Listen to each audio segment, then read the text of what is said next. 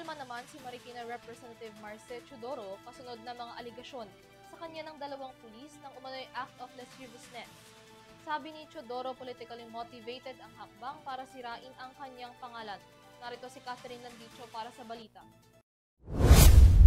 Iginiit ni Marikina City Representative Marce Teodoro ang panibagong aligasyon at inihaing reklamo laban sa kanya kaugnay ng umano'y act of lasciviousness. Ayon kay Teodoro, ang mga akusasyon ay malisyoso at hindi rin totoo.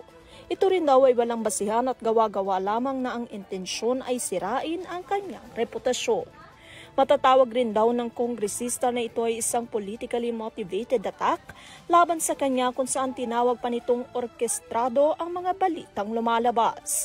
Naawa na rin umano para sa kanyang sarili ang kongresista dahil na rin sa sunod-sunod nagpag-atake sa kanya.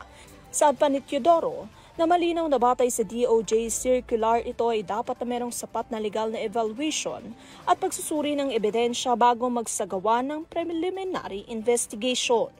Kaya naman umaasa raw ang kongresista sa isang impartial, transparent at bukas na investigasyon para proteksyonan ang kanyang reputasyon kaugnay ng sunod-sunod na pag-atake laban sa kanya.